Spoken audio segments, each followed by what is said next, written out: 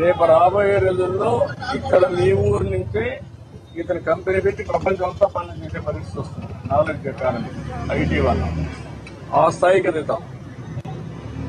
ప్రపంచంలో చాలా దేశాల్లో నాయకత్వం లేదు.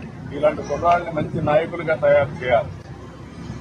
ఇప్పుడు ఆయన డ్రైవర్గా ఉండి ఇతని ఆలోచన ఏంటి, నేను ఇది చేయాలి, ఐటీ చేయాలి, నెక్స్ట్ లెవెల్కి వెళ్ళాలి అనే ఆలోచన వచ్చింది.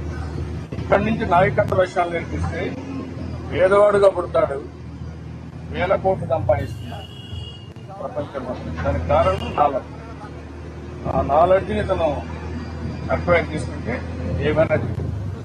నేను అందుకే మన పిల్లల్ని నెంబర్ 1 గా తయారు చేయాలి భవిష్యత్తు ప్రపంచానికి.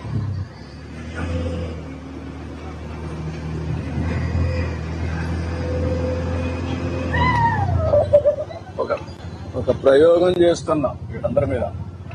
వీళ్ళ మీద పెట్టేది ప్రభుత్వం ఒక పెట్టుబడి.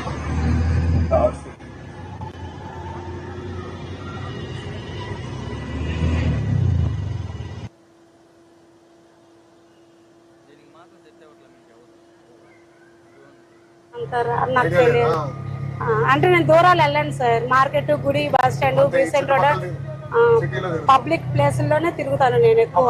ఎందుకంటే మాకు సెక్యూరిటీ ఉండాలి కదా, అందుకని చెప్పేసి నేను ఎక్కువ దూరాలు కూడా వెళ్ళను. వాళ్ళు ఎంత ఇస్తామన్నా నేను వెళ్ళను.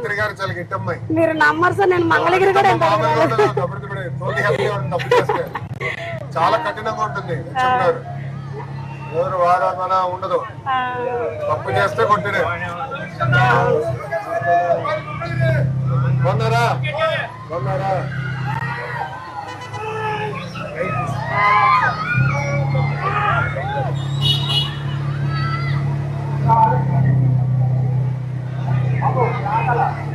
మీరు చాలా గ్రేట్ సార్. సార్ లాగే మీరు కూడా చాలా హ్యాట్స్ ఆఫ్. నిజంగా సార్ నోట్ల నుంచి ఊడిపోతారు పనులు చేయటంలో గాని, ఆడపిల్లల్ని చక్కగా మాట్లాడించటంలో గాని, వాళ్ళ సమస్యలు కనుక్కొని మీరు చక్కగా మన ఇంట్లో అమ్మాయికి ఏ కష్టం అయితే ఉందో ఆ కష్టాన్ని తీర్చడానికే చూస్తారు మీరు. ఏముందిలే అని చెప్పేసి నెగ్లెక్ట్ చేయటం గాని అలా ఉండదు మీ విషయంలో. నేను చాలా చూసాను. అవును, నాకు చాలా బాగా నచ్చుతారు సార్. అందుకని నేను నా ఆటోలో సార్ వాళ్ళ అబ్బాయి ఎక్కుతారు, నాకు ఇంకా హ్యాపీగా ఉంటుంది. కానీ ఎవరు ఎక్కుతారో నాకు డిక్లేర్ ఇవ్వలేదు. మనసులో ఓకే సార్ ఎక్కితే బాగుండు, చాలా హ్యాపీ అనిపించి. ఏం లేదు, చాలా బాగుంది.